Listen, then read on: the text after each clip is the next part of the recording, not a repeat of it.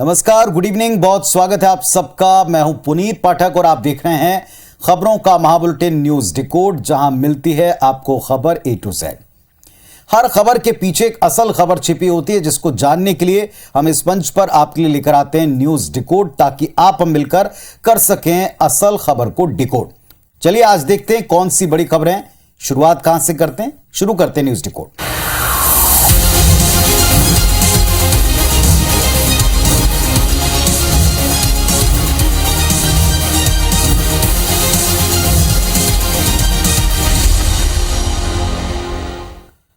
और news decode की शुरुआत आज हम कर रहे हैं आज की, बल्कि मैं कहूंगा इस दौर की सबसे अहम खबर के साथ में, क्योंकि ये इतिहास में दर्ज एक तारीख की तरह याद रखी जाएगी।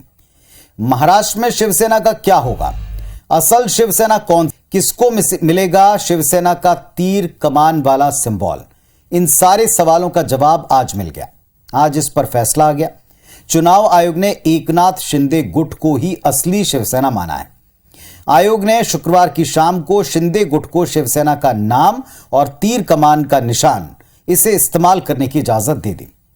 आयोग ने अब तक जो कुछ भी उनकी जांच पड़ताल थी, उसमें यह पाया कि शिवसेना का मौजूदा संविधान अलोकतांत्रिक है। उद्धव गुट ने बिना चुनाव कराए अपनी मंडली के लोगों को अलोकतांत्रिक तरीके से पदाधिकारी नियुक्त करने के लिए इसमें काफी फेरबदल किए, इसमें थोड़ी सी बिगाड़ किया, हेरफेर की। चुनाव आयोग ने यह भी पाया कि शिवसेना के मूल संविधान में अलोकतांत्रिक तरीकों से गुपचुप तरीके से कुछ चीजें लाई गईं। पार्टी जैसे कोई प्राइवेट कंपनी हो, इस तरीके से इसके संविधान में छेड़खानी की गई। चुनाव आयोग 1999 में इन सब चीजों को नामंजूर कर चुका था। यानी अब से शिवसेना, उसका सिंबल तीर धनुष एकनाथ शिंदे का हो चुका है। और इस फैसले पर उद्धव गुट की पहली प्रतिक्रिया में उन्होंने कहा कि अब आयोग और उसकी निष्पक्षता पर भी संदेह होने लगा है। चलिए, महीनों से महाराष्ट्र की राजनीति देश के केंद्र में, देश के लोगों के जहन में थी। एक सियासी उठापटक, एक अंतहीन बहस छड़ी दिखती थी। क्या यह लोकतंत्र की जीत है या परिवार की पराजय है? इसको जरा हम जल्दी से रिपोर्ट करते हैं। आज चुनाव आयोग के फैसले से यह बात स्पष्ट हो गई कि किसी भी राजनीतिक दल को उसके संविधान जो पहले से तय है उसके मुताबिक ही चलाना चाहिए। हो सकता है पार्टी की धुरी एक व्यक्ति या एक परिवार पर टिकी रहे, पर उस व्यक्ति और परिवार को पार्टी में आंतरिक लोकतंत्र की स्थापना निश्चित तौर पर करनी चाहिए। बीते दिनों एक बड़ी पॉपुलर फिल्म आई थी जिसका संवाद था, मेरा वचन मेरा शासन है। ऐसा लोकतांत्रिक व्यवस्था में कतई संभव नहीं हो सकता। दूसरी बात, सही उत्तराधिकारी का चयन करना आज बहुत जरूरी है। आज चुनाव आयोग के फैसले के बाद बाला साहब ठाकरे के उद्धव को गद्दी सौंपने के फैसले का निसंदेह विश्लेषण पार्टी को करना चाहिए, एक विंग को करना चाहिए, जबकि बाला साहब के स्वाभाविक उत्तराधिकारी राज ठाकरे बार बार माने गए, बताए गए, कई लोगों के मत सामने आए। कुल मिलाकर आज सभी परिवार लिमिटेड पार्टियों के लिए एक सबक भरा दिन है कि ऐसा भी हो सकता है। उन्हें लोकतंत्र में अपना अस्तित्व बनाए रखने के लिए लोकतांत्रिक रहना होगा, लोकतांत्रिक दिखना होगा, लोकतांत्रिक बनना होगा। चलिए, आज के इस फैसले के बाद में अब महाराष्ट्र में शिवसेना किसकी, यह तय हो गया। लेकिन अब उद्धव गुट इस पर केवल प्रतिक्रिया तक सीमित रहेगा। उसका आगे क्या होगा, वो आगे क्या कदम उठाएंगे, यह देखना होगा। फिलहाल हम आते हैं प्रदेश की पॉलिटिक्स की तरफ। भारतीय जनता पार्टी ने आज छत्तीसगढ़ में प्रदेशव्यापी प्रदर्शन किया है, धरना दिया है, चक्का जाम किया है, और इसकी वजह है बीजेपी का आरोप, जिसमें वो कहती है कि उनके नेताओं की टारगेट किलिंग हो रही है।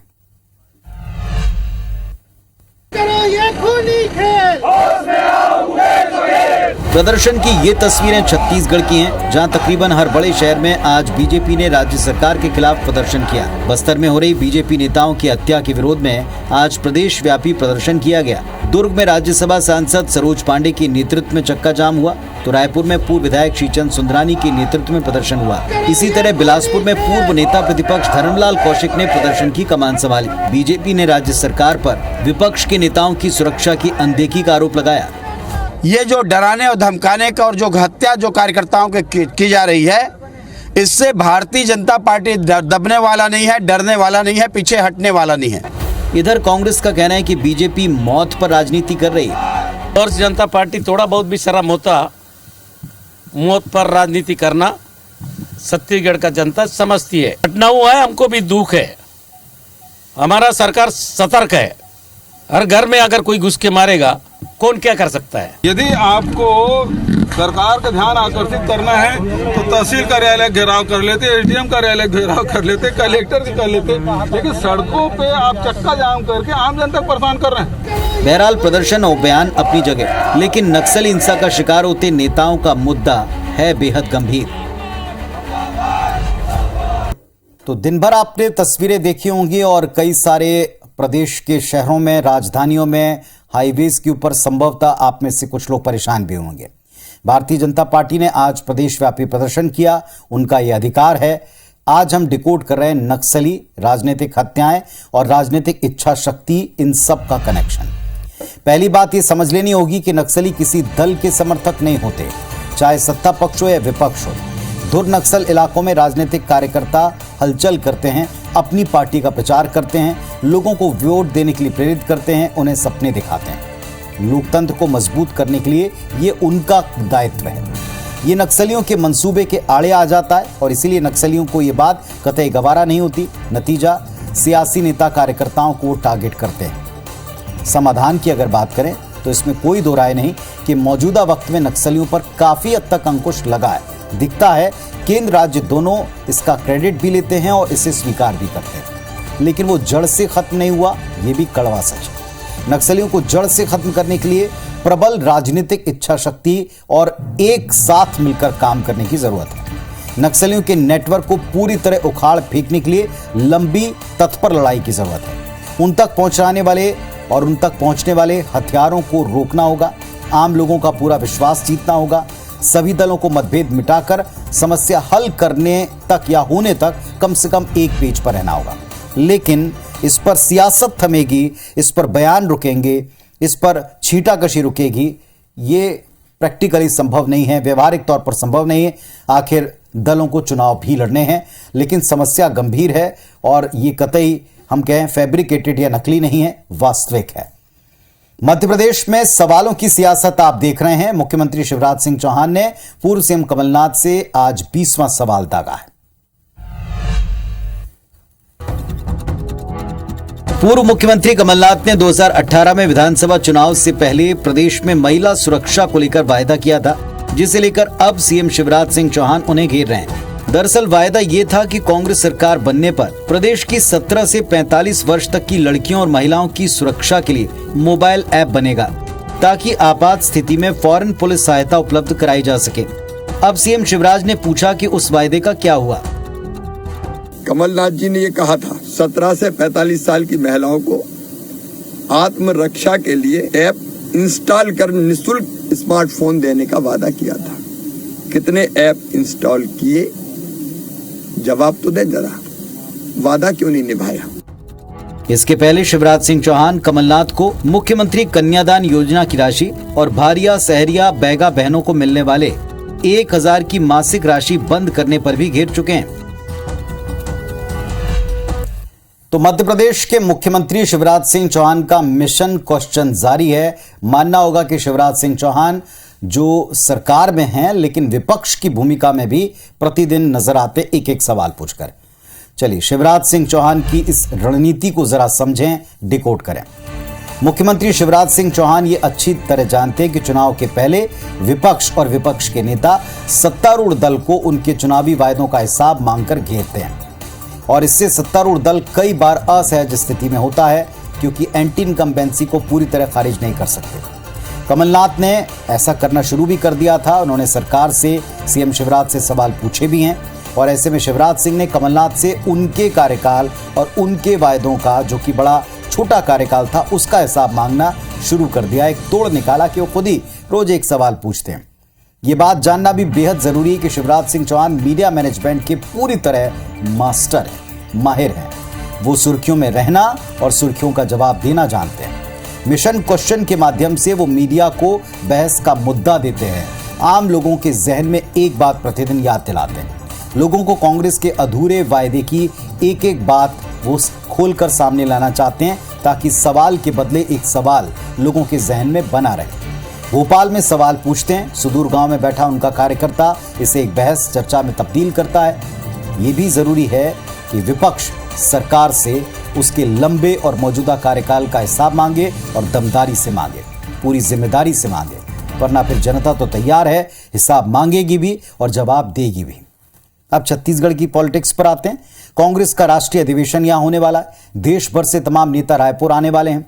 इसके पहले पोस्टर्स लगाए गए, पर इससे जुड़ा एक विवाद भी सामने आ गया। देखें।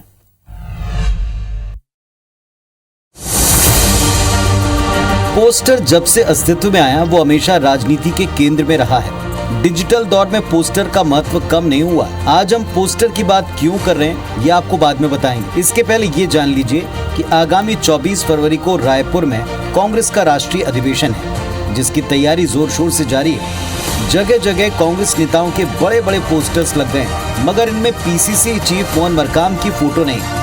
और इसी पर बीजेपी प्रदेश अध्यक्ष अरुण साव ने ट्वीट कर कहा कि आदिवासी समाज से घृणा इस कदर हावी है कि अब घर के लोगों का भी तिरस्कार किया जा रहा है। साथ ही रमन सिंह ने भी इस मुद्दे पर कांग्रेस पर हमला बोला।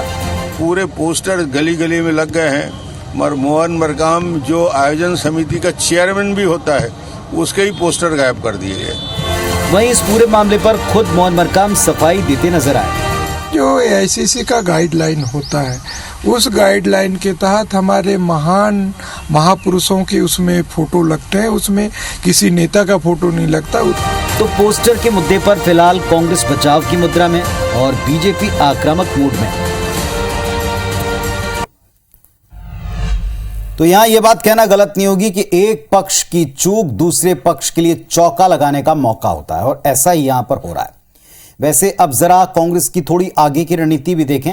एमपी कांग्रेस भी आगामी विधानसभा चुनाव को लेकर बुंदेलखंड से आगाज करेगी। सागर ये जगह तय है। ये आयोजन रायपुर के कांग्रेस के राष्ट्रीय अधिवेशन के बाद मार्च में प्रस्तावित है। आगामी विधानसभा चुनाव की तैयारियों की शुरुआत कांग्रेस बुंदेलखंड से कर सकती है। रायपुर में एआईसीसी के राष्ट्रीय अधिवेशन के बाद अगले महीने सागर के बीना में मेगा आयोजन की तैयारी है। इस कार्यक्रम के जरिए कांग्रेस ग्वालियर, चंबल, बुंदेलखंड और भोपाल संभाग से लगी 50 सीटों को साधने की कवायद में जुटी है। कार्यक्रम में 2.5 लाख लोगों की भीड़ जुटाने का लक्ष्य है। कांग्रेस के कार्यकर्ताओं में भारी उत्साह है। केंद्रीय नेताओं के प्रदेश में आने के बाद कांग्रेस की हवा आंधी में बदल जाएगी। आयोजन की तैयारी में युवा कांग्रेस, सेवा दल, महिला कांग्रेस, एनएसयूआई सभी की सहभागिता होगी। कार्यक्रम में राहुल गांधी और राष्ट्रीय अध्यक्ष मल्लिकार्जुन खड़गे को भी आमंत्रित किया गया है, लिहाजा इस पर बीजेपी की भी नजर है। पहले कांग्रेस ये तो निश्चित कर ले कि किसके नेतृत्व में चुनाव लड़ेगी। गुट और गिरोह में बटी हुई पार्टी से कुछ बहुत अपेक्षा नहीं है। माना जा रहा है कि यहीं से कमलनाथ के नेतृत्व में विधानसभा चुनाव लड़ने के फैसले के साथ उन्हें पार्टी का चेहरा घोषित किए जाने की तैयारी है। तो छत्तीसगढ़ में कांग्रेस के राष्ट्रीय अधिवेशन को लेकर तो हम कई बार बात और डिकोड इसे कर चुके हैं, लेकिन यहां सवाल उठता है कि मध्य प्रदेश में जो आयोजन है इसका महत्व क्या है। चलिए जरा आज इसे हम डिकोड करें। पहली बात जो साफ नजर आती है वो ये है कि सागर, बीना ये सम्मेलन समूचे बुंदेलखंड पर अपनी पकड़ को मजबूत करने की कवायद है। ये भी ध्यान रखें कि अगले साल के लिए भी ये बीना जो एक ऐसा बड़ा जंक्शन है, ये उत्तर प्रदेश और मध्य प्रदेश के बुंदेलखंड का एक मध्य हिस्सा है। इस आयोजन में कांग्रेस के राष्ट्रीय स्तर के नेता शिरकत करेंगे। मतलब ये कि सामान्य इवेंट कतई नहीं होगा, बल्कि एक मेगा पॉलिटिकल आयोजन होगा। होना भी चाहिए। 1.5 दशक के बाद मध्य प्रदेश में कांग्रेस को सत्ता मिली थी और आधे अधूरे छोटे से कार्यकाल के बाद कमलनाथ की सरकार गिर गई। ऐसे में कांग्रेस को किसी भी कीमत के ऊपर अपनी सत्ता में वापसी करनी है। दूसरी बात, मध्य प्रदेश में कांग्रेस काफी मजबूत स्थिति में है, ये उनका दावा भी है और कुछ लोगों का सर्वे भी। केंद्रीय नेतृत्व मध्य प्रदेश छत्तीसगढ़ को काफी महत्व भी दे रहा है। आयोजन का असर पूरे प्रदेश पर पड़ेगा। कहा जा सकता है कांग्रेस पिछले चुनाव की तरह एड़ी चोटी का जोर लगाए, ये बहुत जरूरी है। बीजेपी भी इस बार कांग्रेस को हल्के में नहीं ले रही है। पिछली बार का सबक उनके भी सामने है, लेकिन उनके इस सबक के बाद और इस आयोजन के बीच में क्या कांग्रेस पार्टी वो सब कुछ कर पा रही है जिसको लेकर उसने तय किया है? एग्जीक्यूशन, जिसे हम हर बार डिकोड करते हैं, इस पर भी न केवल पक्ष की यानी भारतीय जनता पार्टी की बल्कि मीडिया की नजर। पर दिल्ली से जहां देश की सर्वोच्च अदालत ने सरकार के सुझाव को मानने से इनकार कर दिया। यह मामला अडानी ग्रुप की जांच से जुड़ा है। रिपोर्ट देख लीजिए। खबर अडानी ग्रुप से जुड़ी है, जिसके लिए सुप्रीम कोर्ट का फैसला एक झटके के समान है। सुप्रीम कोर्ट ने अडानी हिंडनबर्ग मामले में एक्सपर्ट के नाम सील बंद लिफाफे में लेने से इनकार कर दिया है। पिछली सुनवाई के दौरान कोर्ट के कहने पर सरकार एक्सपर्ट कमेटी बनाने को तैयार हो गई थी। उस समय सरकार ने एक्सपर्ट्स के नाम सील बंद लिफाफे में देने की पेशकश की थी। शुक्रवार को मामले की सुनवाई में सुप्रीम कोर्ट ने कहा कि वो ट्रांसपेरेंसी चाहते हैं, लिहाजा केंद्र का सुझाव नहीं माना जा सकता। कोर्ट ने कहा, आपने जो नाम सौंपे हैं वो दूसरे पक्ष को नहीं दिए गए तो पारदर्शिता की कमी होगी, इसलिए हम अपनी तरफ से कमेटी बनाएंगे। उन्होंने कहा कि हम आदेश सुरक्षित रख रहे हैं। कमेटी ये देखेगी कि स्टॉक मार्केट के रेगुलेटरी मैकेनिज्म में फेरबदल की जरूरत है या नहीं।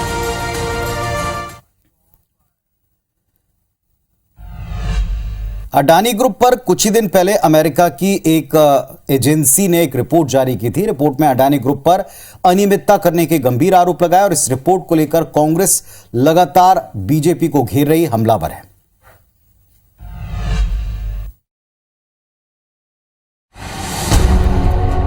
तस्वीरें राजधानी रायपुर के राजीव भवन की हैं, जहां आज पीसीसी चीफ मोहन मरकाम और पूर्व केंद्रीय मंत्री भक्त चरणदास ने पत्रकारों को संबोधित किया। पत्रकार वार्ता में कांग्रेस के दोनों वरिष्ठ नेताओं ने अडानी पर हिंडनबर्ग की रिपोर्ट का मुद्दा उठाया। भक्त चरणदास ने हिंडनबर्ग रिपोर्ट की जेपीसी से जांच कराए जाने की मांग की है। प्रधानमंत्री जी को ठोस जवाब देना चाहिए और जेपीसी परमिशन करना चाहिए। अगर जेपीसी परमिशन होगा तो सही बात जनता के सामने आएगी। 10 लाख करोड़ इन कंपनियों का पैसा, सरकारी कंपनियों का पैसा, देश के नागरिकों का पैसा डूबने की स्थिति में है। तो आपने कांग्रेस को सुना, अब बीजेपी का हिंडनबर्ग मामले पर क्या कहना है, ये भी सुनिए। जमीन और आसमान में घोटाला करने वाले कांग्रेस, जिनके आधे मंत्री जेल में थे, आधे बेल है, जैसे छत्तीसगढ़ की हालत थी वैसे ही कांग्रेस की हालत उस समय थी।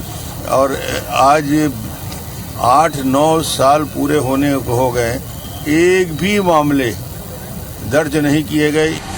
कुल मिलाकर छत्तीसगढ़ कांग्रेस नेता राहुल गांधी की लाइन पर ही बोल रहे हैं, जो सही भी है। लोकसभा में राहुल गांधी ने अडानी का मुद्दा बेहद आक्रामक रूप से उठाया, लेकिन पीएम मोदी ने अडानी को लेकर राहुल के किसी भी सवाल का जवाब नहीं दिया था।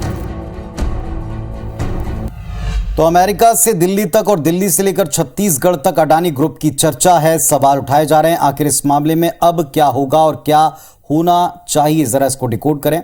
इतना स्पष्ट हो गया कि अडानी ग्रुप की सुप्रीम कोर्ट की निगरानी में जांच होगी। हिंडनबर्ग की रिपोर्ट जांच का आधार होगी और अभी से जांच रिपोर्ट कैसी होगी इस पर टिप्पणी करना किसी भी तरह उचित नहीं है। हमें आपको जांच रिपोर्ट का इंतजार करना पड़ेगा। दूसरी बात, सरकार को विपक्ष की मांग को गंभीरता से लेना चाहिए। जेपीसी की जांच पर एक बार विचार या उत्तर आना चाहिए। केंद्र सरकार इस मांग को सिरे से खारिज पहले ही कर चुकी है, यहां तक कि सवालों के जवाब नहीं दिए। राहुल गांधी ने प्रधानमंत्री से कई सवाल दागे, लेकिन प्रधानमंत्री ने किसी का भी जवाब देना उचित नहीं समझा है। इस पर जरूर बाकी नेताओं ने कटाक्ष की। एक अंतिम बात, अरबों खरबों डॉलर की कंपनी एक रिसर्च संस्था की रिपोर्ट से अगर हिल जाए तो ये अपने आप में वाकई ऐतिहासिक घटना भी है। इंतजार जांच रिपोर्ट का है, न केवल आपको हमको बल्कि सारे देश को इस रिपोर्ट का इंतजार करना ही पड़ेगा। चलिए, न्यूज डिकोड में आज के लिए हम यहीं रुक रहे हैं। खबरों को उनके असल स्वरूप में जानने के लिए वापस आपसे मुलाकात होगी न्यूज डिकोड के इसी मंच पर। तब तक अपना और परिवार का ख्याल रखें। नमस्कार, शुभ रात्रि।